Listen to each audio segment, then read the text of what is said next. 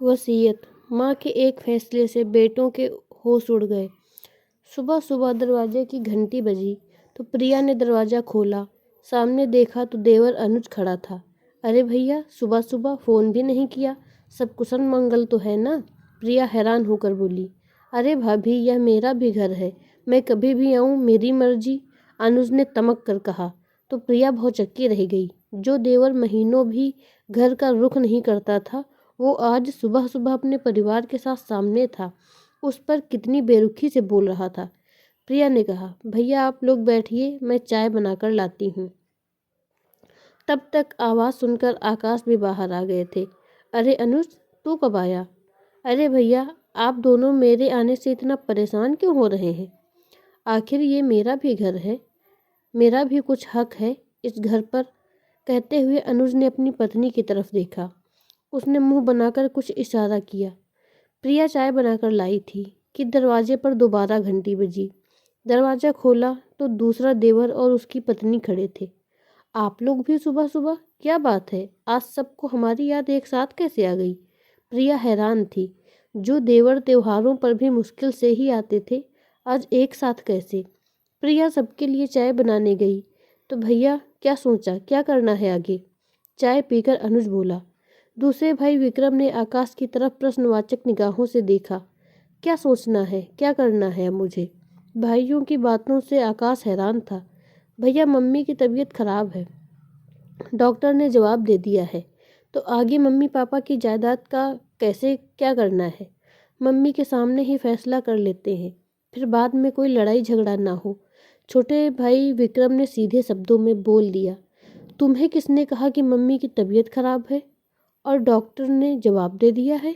आकाश ने हैरान होकर पूछा। अगर आप नहीं बताओगे तो क्या हमें पता नहीं चलेगा?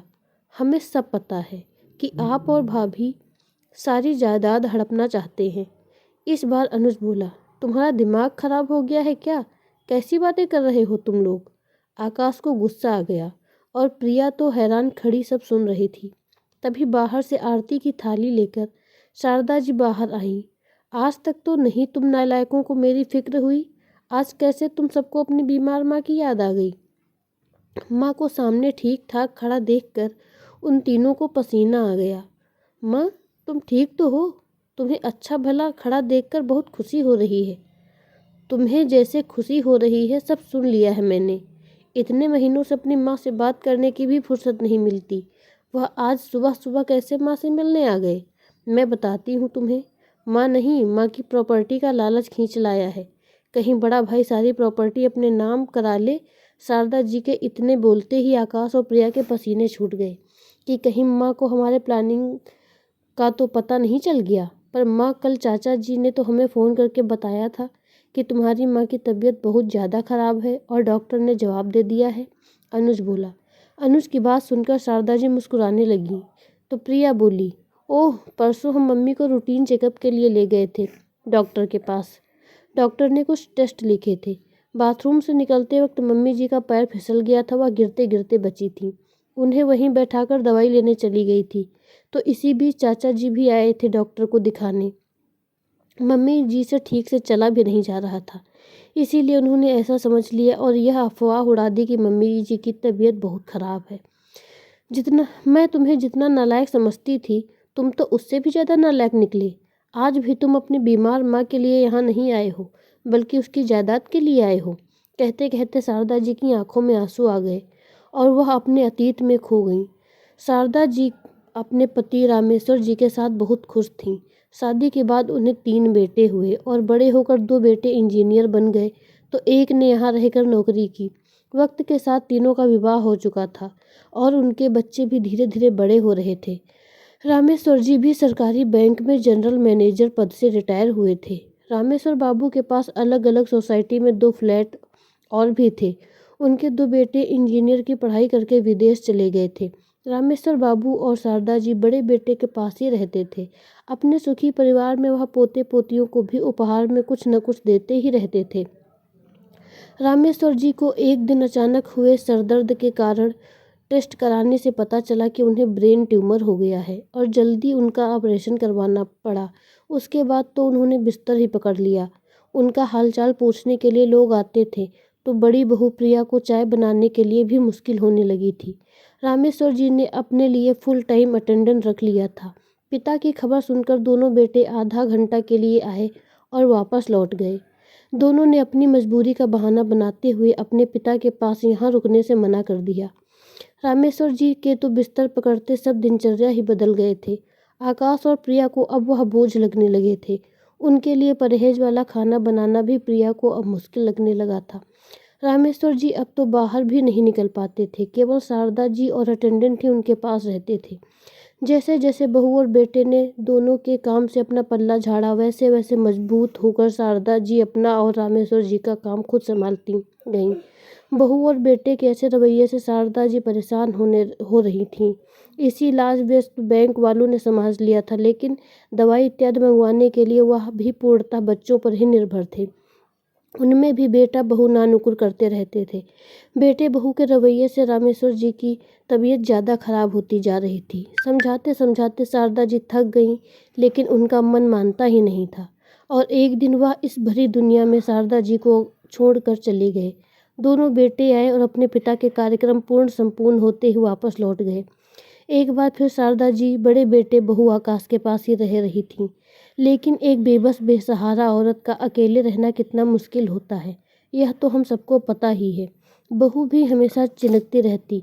अपने पति के जाने के बाद जो रामेश्वर जी रिटायरमेंट के बाद दुकान खरीदी थी, उस पर शारदा जी बैठने लगी थीं।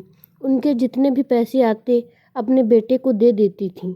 एक दिन पता चला कि उनके बेटे की नौकरी चली गई, तो बेटे पर तरस खाकर शारदा जी ने उन्हें अपनी दुकान दे दी और यह कहकर कि बेटा, मेरी तो अब उम्र हो गई है, मुझसे अब दुकान संभालनी नहीं जाती। और शारदा जी घर में रहकर बहू के साथ साथ हाथ बटाती। बेटे का काम फिर से चल पड़ा तो एक दिन शारदा जी अपने बेटे से बोली, मैं चारों धाम की यात्रा करना चाहती हूँ। उनकी इच्छा जब बहू को पता चली तो प्रिया भड़क गई कि चारों धाम की यात्रा में पता भी है कितना खर्चा होता है। हम तो कहीं बाहर घूमने भी नहीं जाते और आप अपनी माँ को यात्रा पर भेजेंगे। किसी को कहीं जाने की ज़रूरत नहीं है। दरअसल प्रिया छुट्टियों में विदेश जाना चाहती थी और वहाँ जाना काफ़ी महंगा पड़ रहा था। इसीलिए आकाश ने मना कर दिया था और फिर वह गुस्से में कहीं नहीं गई। शारदा जी बहू के मुंह से यह सुनकर चुप हो गईं, क्योंकि उनके अपने बेटे की बोलती बंद हो गई थी। तो इसलिए फिर भी कभी चली जाऊंगी यह कहकर मन को समझा दिया। अब तक घर का खर्चा शारदा जी की दुकान से ही चल रहा था और उनका बेटा जो भी कमाई होती थी शारदा जी को पैसे दे देता था। यह बात प्रिया को पसंद नहीं थी, तो उसने घर में बवाल मचा दिया। दुकान की कमाई पहले उसके हाथों में आएगी, क्योंकि उसका पति कमा कर लाता है और पति की कमाई पर पहला अधिकार पत्नी का होता है। शारदा जी ने ज़्यादा विरोध नहीं किया, क्योंकि घर बहू चलाए या वह चलाए एक ही बात है। एक ही बेटा बहू है जिनके सहारे वह अपना जीवन काट रही हैं और उन्हें इन्हीं के साथ रहना है। कुल मिलाकर घर में शांति और सुख बना रहे। क्या है, 2 रोटी खानी है, जीवन जीना है। मगर यह भी नसीब नहीं होती थी। घर में शांति और सुख बना रहे, इसीलिए शारदा जी ने खुशी खुशी पैसे हाथ में थमा दिए। आखिर मुझे अब करना भी क्या है? 2 रोटी खानी है और जीवन जीना है। मगर यह 2 रोटी भी शांति से नसीब नहीं हो रही थी। ऐसा लगता था कि उनका घर में रहना ही बहू को खटकता है। वह बात बात पर उनका अपमान करती थी और आकाश चुप्पी साधे रहता था। जैसे तैसे शारदा जी उनके साथ में रह रही थी। एक दिन वह बाथरूम में फिसल गई थी। मुश्किल से बहू उनका चेकअप करवा कर लाई थी और उनके पैर में हल्की सी चोट आ गई थी। उनसे ढंग से चला भी नहीं जा रहा था और ना ही घर के कामों में हाथ बटा पा रही थी। वह रोज़ मंदिर जाती थी और भगवान की शरण में घंटों वक्त बिताती थी, लेकिन पैर की वजह से 2-4 दिनों से वह मंदिर भी नहीं गई थी। अपने घर में ही बैठी रहती थी। तो प्रिया बड़बड़ाती रहती थी कि अपनी मनहूस सूरत लेकर घर में बैठी रहती हैं। इससे अच्छा तो यही था कि रोज़ मंदिर चली जाती थी। मैं भी चैन की सांस ले लेती थी। बच्चों को भी अच्छा खाने को दे देती थी। अब तो इनकी नज़रें खाने पर ही गड़ी रहती हैं। शारदा जी की आंखों में आंसू आ गए। एक दिन शारदा जी रात में पानी लेने रसोई में जा रही थी। तभी बहू की आवाज़ उनके कानों में पड़ी, सुनो जी, इनका दूसरा इंतजाम कर लो। प्रिया ने अपना फैसला सुना दिया। दूसरा इंतजाम? यह सब शारदा जी ने सुना तो वह सुन पड़ गई। यह लोग मुझे कहाँ भेज रहे हैं? मैं अपने घर को छोड़कर कहीं नहीं जाऊंगी। आकाश की आवाज़ आती है, हम मम्मी को इस उम्र में कहाँ भेजेंगे? मुझे नहीं पता, कहीं भी भेजो, पर इस बुढ़िया के साथ मैं नहीं रहना चाहती हूँ और मैं अब और बर्दाश्त नहीं कर सकती। 2 दिन ऐसे ही निकल गए। एक दिन शारदा जी ने अब बेटे बहू को बात करते हुए सुना तो उन्हें वृद्धाश्रम भेजने की तैयारी में लगे थे। बहू को बड़ी जल्दी थी अपनी सास से छुटकारा पाने की। शारदा जी के पैरों से जमीन खिसक गई। वह तो उनको जरा भी परेशान नहीं करती हैं, अपने पोते पोतियों को भी देख लेती हैं और बहू के कितने सारे काम कर देती हैं। यह बात और है, उनके द्वारा किए गए कामों की कोई गिनती नहीं है और ऐसे दर्शाती है कि सारे काम वही करती है। मैंने तो दुकान और घर भी इन्हीं के हवाले कर दिया, और क्या करूं? उनका सिर चकरा गया। उन्हें कुछ समझ नहीं आ रहा था कि वह क्या करें। एक दिन वह बहुत ही सुस्त और उदास अपने पति की तस्वीर से बातें कर रही थी। तभी उनकी नज़र पलंग के नीचे रखे बक्से पर पड़ी तो उनकी जान में जान आ गई। हल्का सा बक्सा सरकाया, उसमें से कुछ फाइल निकाली। उसने घर और दुकान के पेपर थे जो उनके नाम पर थे। उन फाइलों के मिलने से उनमें जोश का संचार हुआ। दूसरे दिन मंदिर का बहाना करके वह वकील के पास गई तो उन्होंने पेपर दिखाए। पेपर देखकर वकील ने कहा कि पति के निधन के बाद उनकी सारी संपत्ति, जमीन, दुकान, फ्लैट, सब पर पत्नी का ही हक होता है और यह घर और दुकान भी आपके नाम पर ही है। इस घर से कोई नहीं निकाल सकता, कानून आपके साथ है। यह सुनते ही शारदा की आंखों में चमक आ गई। उन्होंने वकीलों की सलाह ली और घर चली गईं। घर आकर देखा तो उनके दोनों बेटे बहू भी विदेश से आ गए थे। शारदा के लिए यह कोई चमत्कार से कम नहीं था। तब तो बुलाने से भी कभी नहीं आए और अचानक बिना बुलाए उनके सामने थे। तभी उनके कानों में बेटों की कुछ बातें सुनाई दी और उन्हें समझते देर न लगी कि यह चमत्कार आखिर हुआ कैसे। दोनों बेटों ने माँ की चिंता का दिखावा किया। तभी तो बोला कि आपने क्या सोचा है इस बारे में? बेटा, अब देखो ना, माँ आपकी उम्र हो गई है तो आप अपने जिंदा रहते सब कुछ बराबर बराबर बांट दीजिए ताकि हम भी खुश रह सकें। शारदा जी बोली, बेटा तुम दोनों से तो मैं बाद में बात करती हूँ, पहले अपने प्रिय बेटे बहू आकाश और प्रिया से तो बात कर लूँ। शारदा जी सामान्य होकर बोलती, हाँ तो प्रिया, क्या कहा था तुमने कि तुम अब मुझे इस घर में बर्दाश्त नहीं कर सकती? हम लोग एक साथ में नहीं रह सकते। तुम्हें बहुत परेशानी होती है मेरी वजह से। बेटा क्या बताऊँ, तुम्हें ही नहीं मुझे भी बहुत परेशानी होती है। सच में यह घर भी छोटा पड़ता है, पर मैंने एक उपाय सोचा है ताकि हम सब खुशी से रह सकें।